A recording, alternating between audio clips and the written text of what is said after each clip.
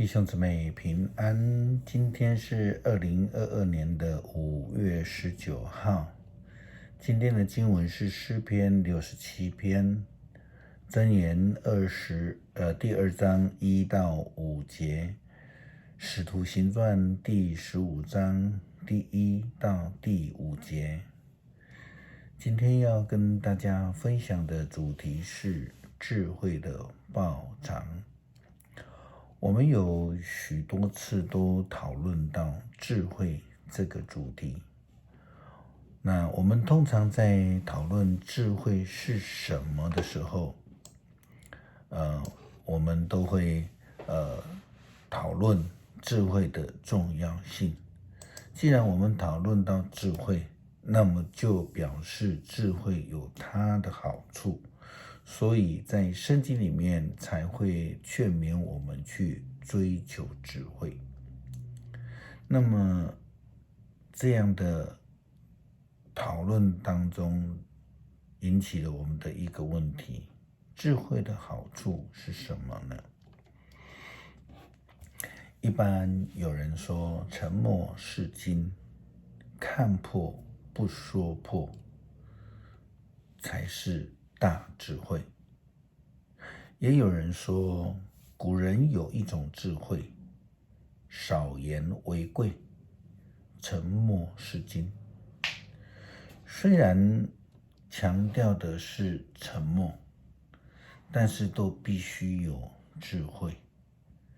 看起来智慧在一般人来讲是带给人们有自制的能力，能够管住自己的嘴巴，能够有敏锐的观察。圣经的观点是不太一样的。根据圣经箴言25章第11节这样说：说话何以好像金苹果酿在这个银盘上，说该说的话，不该说的话就必须保持沉默。不但如此，也要学习去听，去学习智慧人之言。箴言25章12节这样说道：智慧的人的责备，对欢喜听受的人，就好像金的耳环以及纯金的项链。箴言第2章第1节到第5节说道：年轻人啊，要学习我的教导，不可以忘记我给你们的指示，要聪明，要听明智的训言，明白它的意思。是的，要追求知识，要寻求领悟，要像追求银子一样的热心，像搜索宝藏一样的认真。这样你就会领悟什么是敬畏上主，明白什么是认识上帝。追求智慧的好处就是认识上帝，明白上帝的旨意，也能够专心的敬畏上帝，这是智慧的果实。因为追求这样的智慧，就能够得到从上帝而来的所赏赐的这个智慧与福分。箴言并且提醒我们，追求智慧必须如同在追求金跟银那样的热切，那样的积极。从另外的角度来看，智慧的价值就如同金，也如同银，有极高的价值，值得人去追求以及拥有的。为什么说敬畏上帝是智慧的开端呢？箴言第2章第6节告诉我们，因为上主赐智慧、知识和聪明都从他的嘴而出。智慧既然是从上帝而出，从上帝而来，那么基督徒追求智慧是必然的，而且是必须的。因为追求的智慧至少就离上帝近一点，上帝所赐的智慧也就会多一点。有上帝智慧的人行事就不容易以情绪而为，反倒会以上帝的标准来思考，以他人的角度来思考。前天发生在加州尔湾台湾基督长老教会的枪击事件，凶手他虽然是教授退休，但是却没有以智慧作为思想的原则。他莽动，他被仇恨所引诱，以为以暴力就可以达到他个人的政治主张，结果他所犯下的是预谋杀人。美国的执法单位呢，把它定位为仇恨谋杀，是预谋的。这样的罪在美国的司法其实是非常严重的控诉。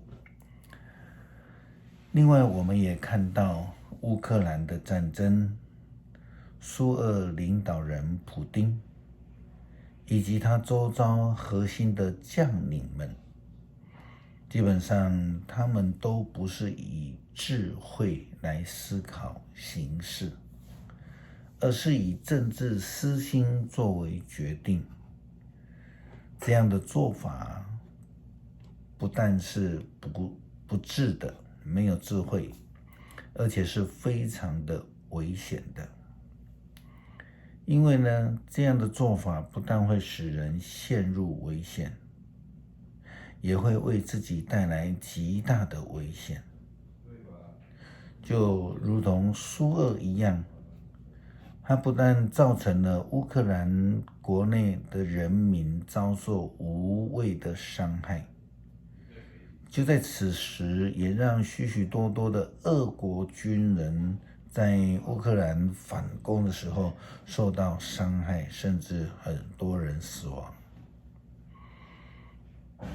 从使徒行传我们看到，保罗和巴拿巴虽然曾经因为约翰马可的关系而产生了剧烈的争吵，但是后来就彼此分开去传福音。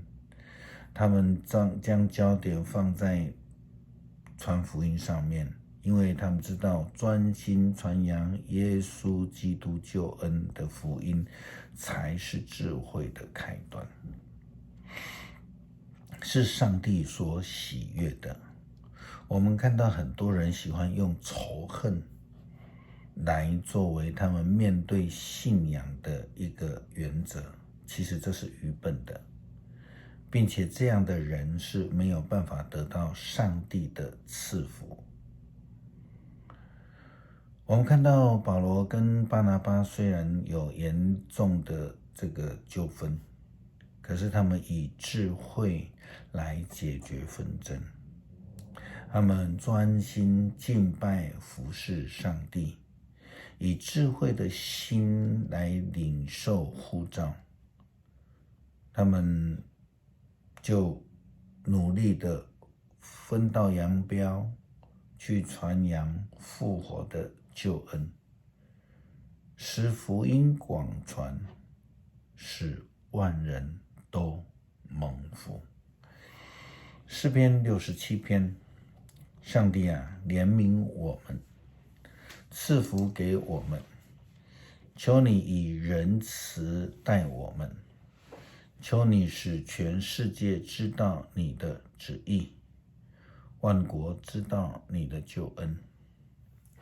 上帝啊，愿人人颂赞你，愿万民都颂赞你，愿万国欣喜欢呼，因为你以公义审判万民，你带领世上各国。